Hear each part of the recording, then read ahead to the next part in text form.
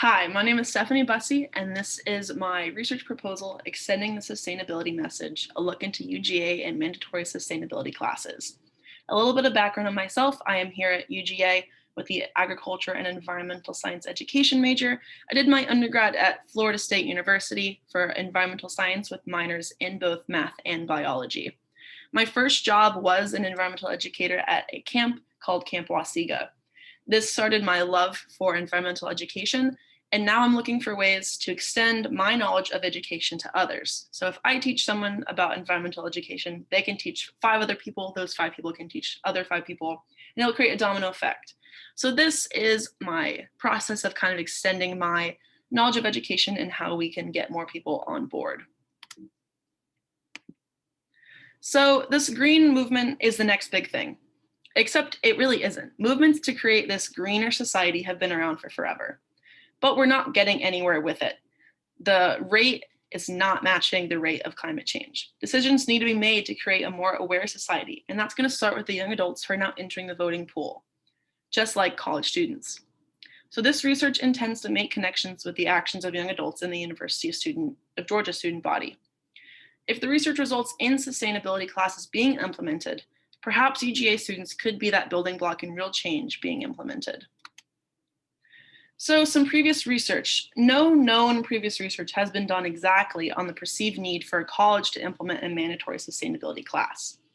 Research has been done on the effects of mandatory classes that involve physical education and leadership skills.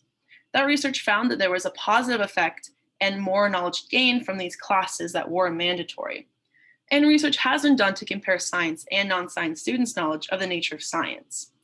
This research had 2 different levels of science knowledge, children learning the same classes and engaging their knowledge differences. And it was shown that non-science students gain a lot of knowledge about sustainability through classes. So we're going to see that there is a gap. There's no known knowledge being done on the perceived needs for a college to implement a mandatory class. So this is going to open up an opportunity for us to learn. Non-STEM majors are not exposed to environmental effects of their choices like STEM majors are. A sustainability course could bridge this gap and create a greener college. Something that I noticed at my time at FSU, anytime I was in an environmental class or a sustainability class, it felt like the professors were trying to convince me that climate change was real, even though I already knew that. That's why I was an environmental science major. So I was thinking, since they're preaching to the choir, why not push those classes to non-STEM majors and try to get them on board with us? Also, UGA is a land-grant university. This means that all research done with UGA is meant to be shared with the community and those around us. So results from this research can be used in other land grants to help spread the knowledge of environmental sustainability.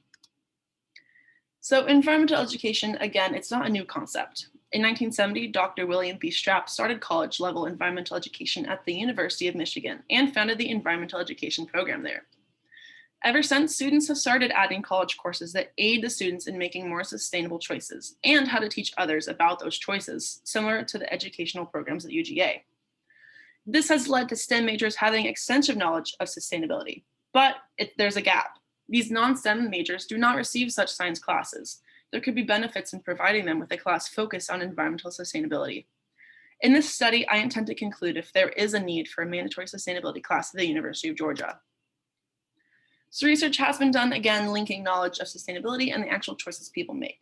Conclusions found in this study that high subjective and objective knowledge levels drive environmentally sustainable food choices. With conclusions made from some previous research, it indicates that the sustainability class would increase the knowledge of non-STEM majors, and through that knowledge, they will make more sustainable choices.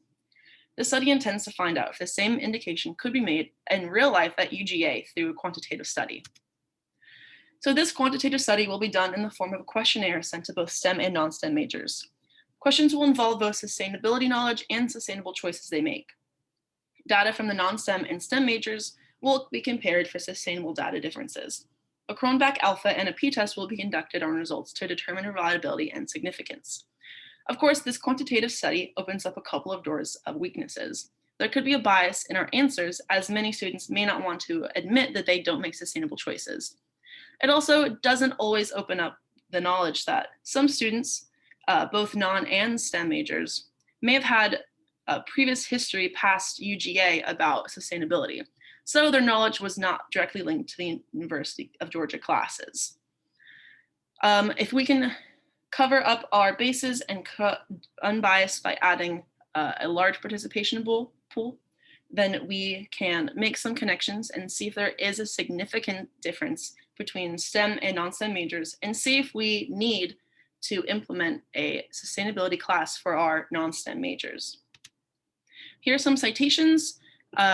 Throughout the course of what I've learned, I learned a lot through all of these, and I simply would love to get more into some of the research and implement this research.